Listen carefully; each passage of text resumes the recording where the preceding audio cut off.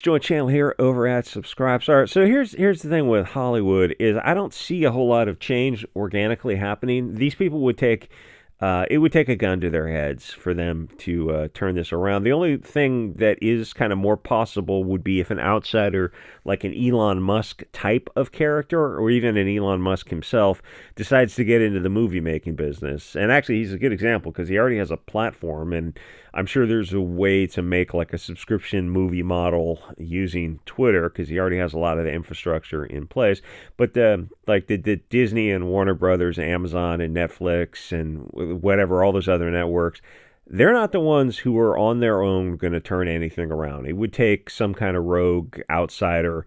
But now the thing is that where there's a vacuum, there's people, and here there's a financial vacuum because all these mainstream companies, the top 6, 12 mainstream companies, they're all ideologically on the same page. They're far leftists, they're woke, even if they've made some overtures to Trump and Elon, but they're making movies that are not finding an audience, which is a charitable way of saying it.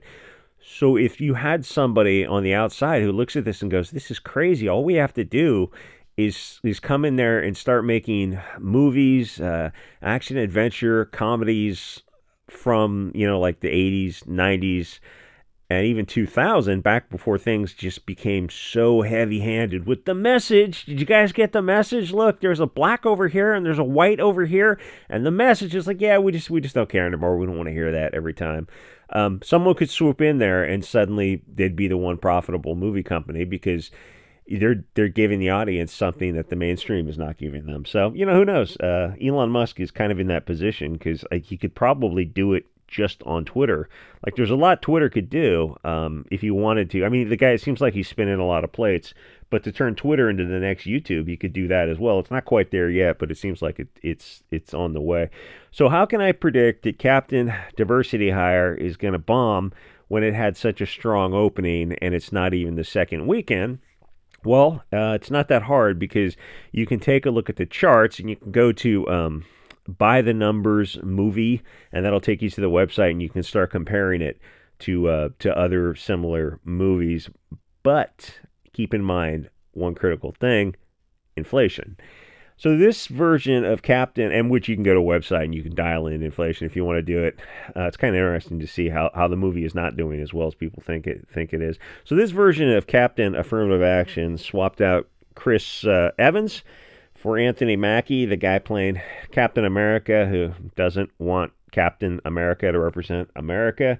In a statement he gave in an interview, just being a total jackass. I mean, that kind of like, if to be such an idiot to say that and not immediately like clap your hands to your mouth and go, "Oh, that's not what I meant. Let me fix that." That statement alone cost the movie a few $1,000,000. That's an amazing kind of power when you can say things so stupid. You're like, "Oh, so like, what do you think that $12 million, that statement cost the movie $12 million? Congratulations, Anthony." And he's just going to fail upward because he's got black privilege, and that goes a long way at Disney. And the problem is, it's money that the movie cannot spare because it was very close to going from red ink into black ink and making at least a small profit. And I think that is not on the table anymore. Because if you combine that one stupid statement and the expensive reshoots, it's a movie that's going to lose money, and it's going to be another failure for Disney, which is just so awesome to watch, which is also a long line of failures in the whole genre of superheroes, which I used to enjoy. I realize it's immature now as I look back on it, but it was 2008 when they started to get this ball rolling with Iron Man. That was just a good time. That was a fun, simple movie. It wasn't that preachy, heavy-handed like it is now. So this is a failure in the genre for Warner and Disney, which I guess is the big two, which is a part of a downward trend in Hollywood, which is part of a downward trend in everything in the mainstream. And Snow White, with no white people, is coming out this summer with Gal Gadot and Rachel Zegler. So that's going to be another like cartoonishly big bomb that the left and the right will argue over back and forth on social media. Well, it's a kids movie. That might do... I think it's still going to lose money, but it might not bomb because parents will take their kids to go see it. But the left and the right will argue over that movie on Twitter, and the people arguing about it, like, neither side are going to go watch the movie unless you go sail the high seas for it, as I did with this film. Because the audience across platforms, from pop entertainment to mainstream media news, is just not watching as much as they used to, and they watch less and less every year. The total number of hours in a day is the same, but the audience is switching from this centralized global homogenization, almost said something else, narrative of woke AIDS and monkeypox to watching social media and alternative sources of media.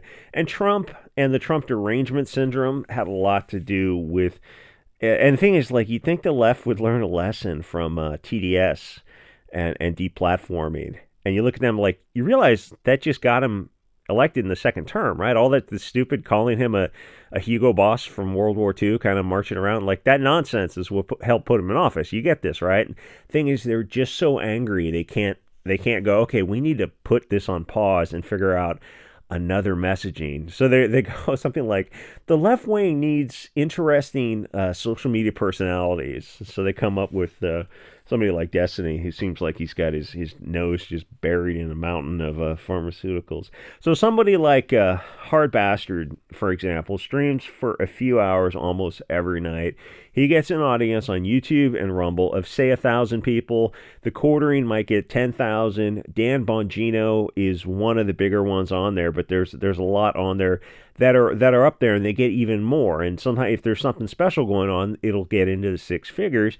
And then there's guys on Odyssey, GTV, Twitter, FTJ, and a bunch of these tiny little streaming services who are getting anywhere from a few dozen to 1,000 on a live stream. But the point is, that all adds up, and there's a ton of these people who are doing little D-Live streams that have 20 people in them. And you start multiplying that across all these platforms, and you get the idea. It's a minute that they're not watching whatever CNN or Three's Company reruns. And for the media sector, it's a zero-sum game, simply because the day is limited to 24 hours. For every hour of watch time somebody spends listening to one of my favorites, Devin Stack, Blackpilled on Odyssey, that's an hour away from some other source, which is most likely going to be some toxic far left-wing woke bleeding pussy soy boy source. So the mainstream everything is pretty much dying. And the most amazing example was the difference in mainstream media to alt media in the 2020 to the 2024 election, where YouTube, Rumble, Odyssey, DLive, Kick, Twitch, and I don't know, Trovo, and there's a ton of these tiny little live streaming networks, and the rest had millions of viewers. Mainstream media was not controlling the narrative anymore, and in 2028, it's going to be even worse. I guess 2026 will be a big deal too, but 2028 is going to be monstrous because people are just the CNN, the Fox, the ABC, and or I guess it's Disney, right? MSNBC, is that a Disney subsidiary? These main companies they're not getting new viewers. So their audience is aging out. They still vote, so they're still important. Like an 80-year-old and a 90-year-old, if they're still voting, then there's still a vote that they have to go after. But that window is aging out, and it's not being replaced because people are simply switching to alternative sources. People know that they're roughly tired of woke, but it's bigger than that because they're tired of the mainstream in general. Whatever you want to call it, they want sharp, politically incorrect analysis, and that's a big chunk of why the left can't have a character that people flock to get. They can't have an Alex Jones because all they have is a Destiny who turns out to be, I guess, some kind of degenerate. So they're not, because everything they say has to be within a limited spectrum where the right can use slurs and call people, F slur, R slur, whatever slur, where the left is constrained. So it's like it just seems really fake and gay, which is what the left is kind of tied down to. The thing is, it's okay if a live stream is rough, but people want it real. And that means it's going to be offensive to SGWs, but that's also how people talk. Obviously not on YouTube, but that's what we want to. People want to hear that kind of normal language, and yeah, there's going to be, epithets and that sort of thing, because there's a feeling that the mainstream is plastic. It's controlled by a few central powers who have one narrative, and Disney, across its subdivisions, is just more of the same woke nonsense. So something like race swap, BLM, Captain Affirmative Action is being pushed as they go. The media is very much pushing that. It got off to a strong start, from Variety and all these other kind of shill media, and they absolutely are shill media. Variety and Disney are like calling each other on the phone to see how they're going to massage things. Black girl magic kind of narrative. It got $100 billion weekend, except that the weekend started with Wednesday, Thursday previews, and then they also include Friday, Saturday, Sunday, so that's like a 5-day weekend. It's just nonsense. They don't do Friday exclusive openings anymore because then the opening numbers would be too low. With good movies, it doesn't matter. Like last example would be Deadpool and Wolverine, which wasn't like, God, that did like 1.5 billion. And you look at that and you go, wait a minute, something's wrong here. That wasn't a good movie. It was just okay.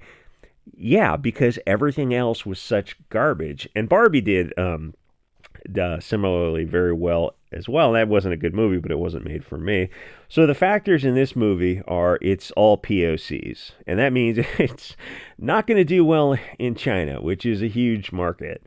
The other thing is word of mouth, and that movie is not good. It's just not a movie you go to the theater for when you can just stream it on Disney or Disney Plus. And the thing I understand is, like, if you're already paying for Disney Plus, it's kind of one or the other. If I was a movie buff, I would look at it like I wouldn't have Disney. Disney Plus is like if you've got like kids under 10, maybe Disney Plus is worth it.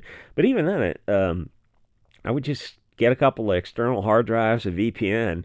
And like in a couple weeks, you can have the entire collection that you wanna have for your kids. And I almost thought about something like you could have like an underground network of safe approved kids movies, and just like have a cloud somewhere, or mail around micro SD cards of like 500 kind of safe family friendly movies, assuming it's legal in your jurisdiction.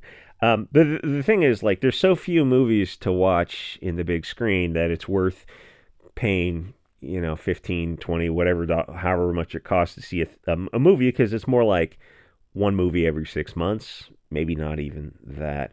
So people are not talking about how great the movie is because it's just not that great. So tomorrow is the second weekend starting the Friday, and it's going to be clear that the movie bombed. And if I'm wrong, we'll see tomorrow, but or tomorrow night, but I really doubt. The other factor is that both DC and Marvel have had, and honestly, like, there's a part of me that looks at these, I know they're just silly kids movies and silly comic books, but they didn't have to go this direction. It's like they could have continued to be family-friendly education, family-friendly movies, animations. They just didn't have to like take the mask off and show you that these are filthy globalist lizard people who want you to sterilize your kids. So both DC and Marvel have had more failures than success. The energy is just kind of gone with this whole genre, and people are ready to move on. I mean, even Westerns didn't last forever. Maybe it's time to bring them. The thing is, no, they wouldn't bring back Westerns because it would just be insufferably woke, which the companies cannot do. They can't move on from the superhero genre because they have billions of dollars invested in this.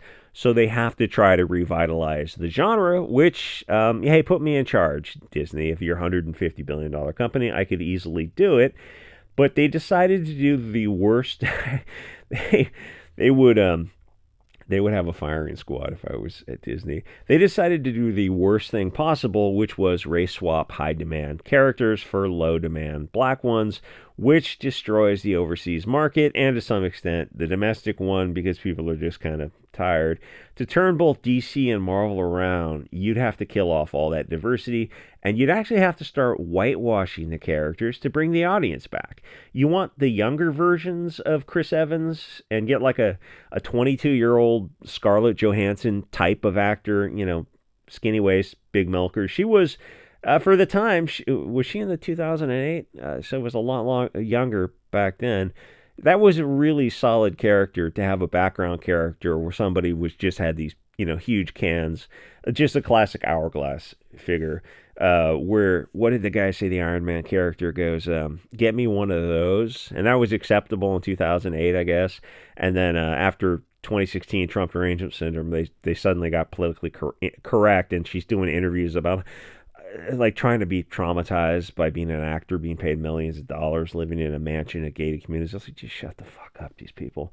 Anyway, instead, everyone in DEI Captain America was a POC, and an ugly one at that. So people went into the movie focusing on Harrison Ford and Anthony Mackie, but then they saw that like it's all POCs, and even worse, girl power, and even worse, POC girl power, and it just sucks the energy out of the room. They're, like within the first 5 or 10 minutes, there's a POC woman who's helping Harrison Ford, who plays the president, out of a room, like there's an attack or something. It's like, the black chick is helping Harrison Ford.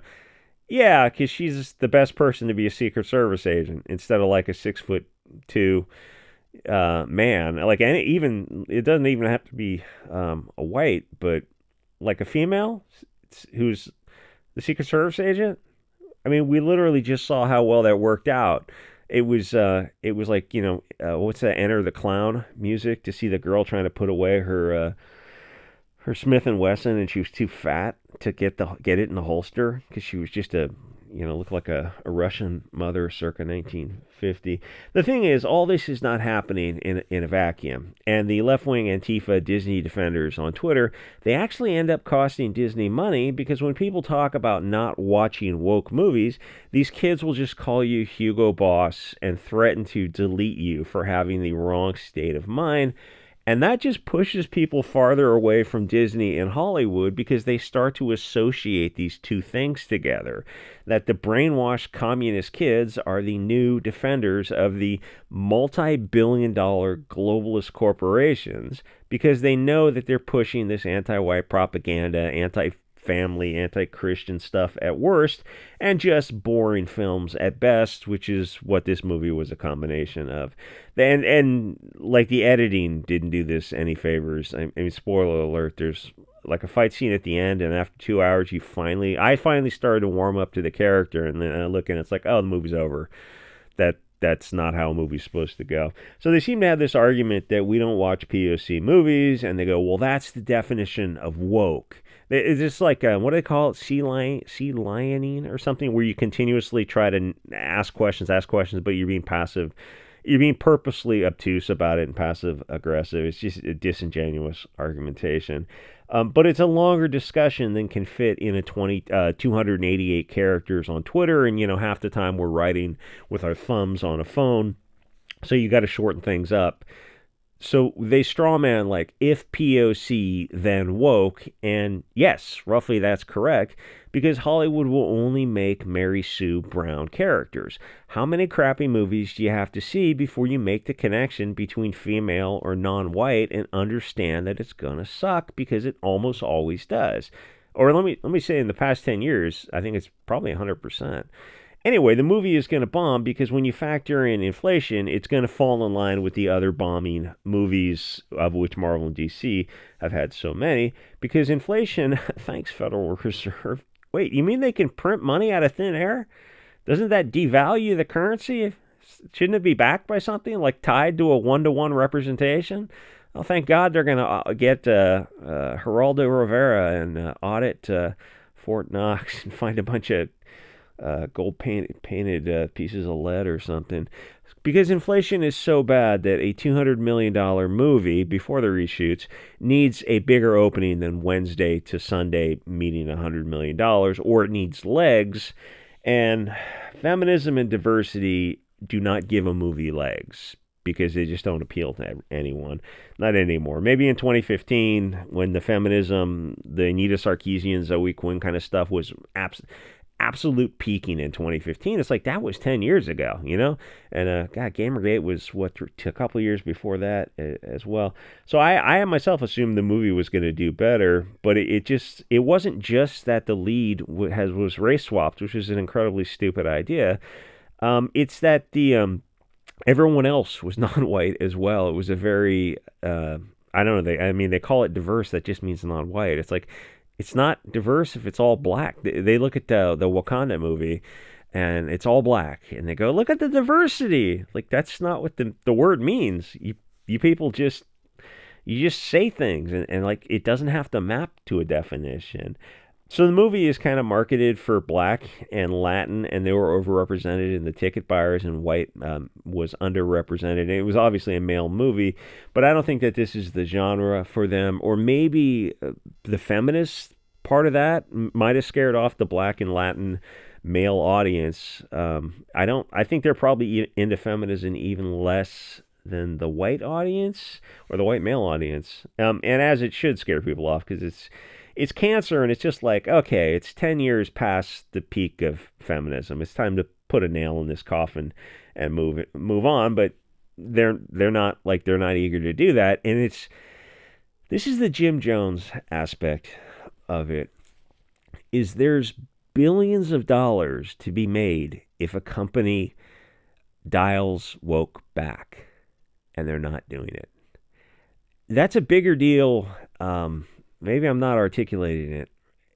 It's a bigger deal that there's not a company that wants to jump in there and just suck up all this money and just print money.